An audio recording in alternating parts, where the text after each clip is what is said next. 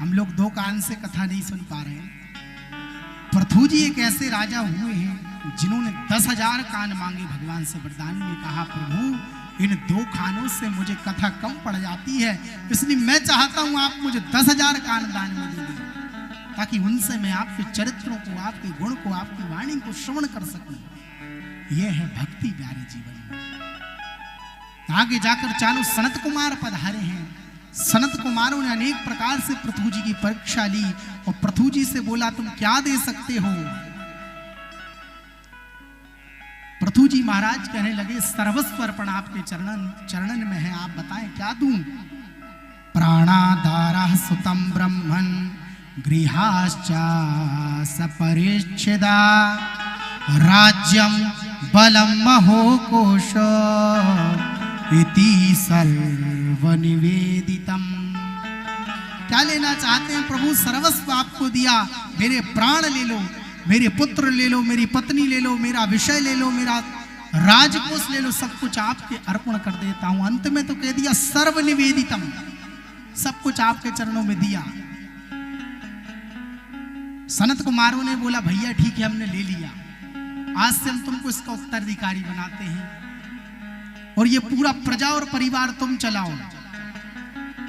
देखिए हम जब संसार की संपत्ति को, संसार की व्यवस्था को अपना मानने लगते हैं तो हमारे अंदर अभिमान आ जाता है। अब पृथु जी से क्या सीखने लायक है?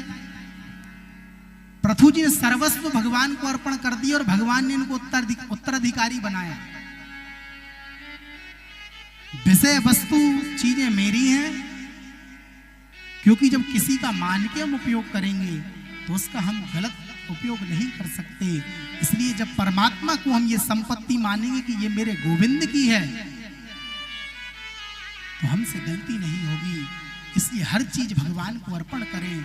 तुम ही निवेदित भोजन करही।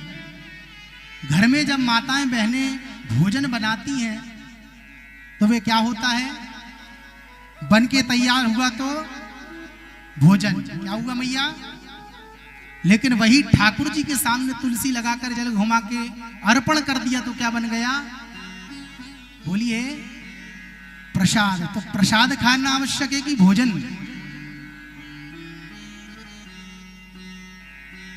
इसी तरह भोजन के ही द्वारा सारी व्यवस्था जो है परमात्मा को अर्पण कर दो। वस्त्र खरीद के लाओ, हे प्रभु ठाकुर जी मैं आपके लिए वस्त्र लेके आया, उसमें अपना नाम मत जोड़ो। हमारी जब दीक्षा संस्कार होती है, वैष्णव दीक्षा, उनमें यही चीज गुरु जी के द्वारा बताई जाती है। जैसे अभी हमारा नाम पूर्व में कुछ और था, लेकिन वैष्णव दीक्षा हुई तो नाम परिवर्तित हुआ। तो इसमें शरण या दास क्यों लिखा? क्योंकि फिर संसार में हमारा कुछ भी नहीं रह जाता प्यारे। हम भगवान के केवल दास बन के रहें। हे प्रभु मैं बस आपका हूं ठाकुर जी, और मेरे जीवन में मैंने जो भी प्राप्त किया ये सब आपका ही है, मेरा कुछ भी नहीं है। मैं नहीं, मेरा नहीं, ये तन किसी के काम का। हमारा है क्या? हम तो खाली हाथ आए थे, खाली हाथ जाएंगे। तो सर्वस्व भगवान को अर्पण कर दो। अपने मन से, हृदय से भगवान से ऐसी प्रार्थना करो, प्रभु मेरी वाणी के द्वारा किसी को कष्ट ना हो, मैं कुछ ऐसे सत्कर्म करूं जिससे समाज का कल्याण हो। ये जब भाव हमारे अंदर जीवन में आएंगे प्यारे, तब हम कुछ कर पाएंगे।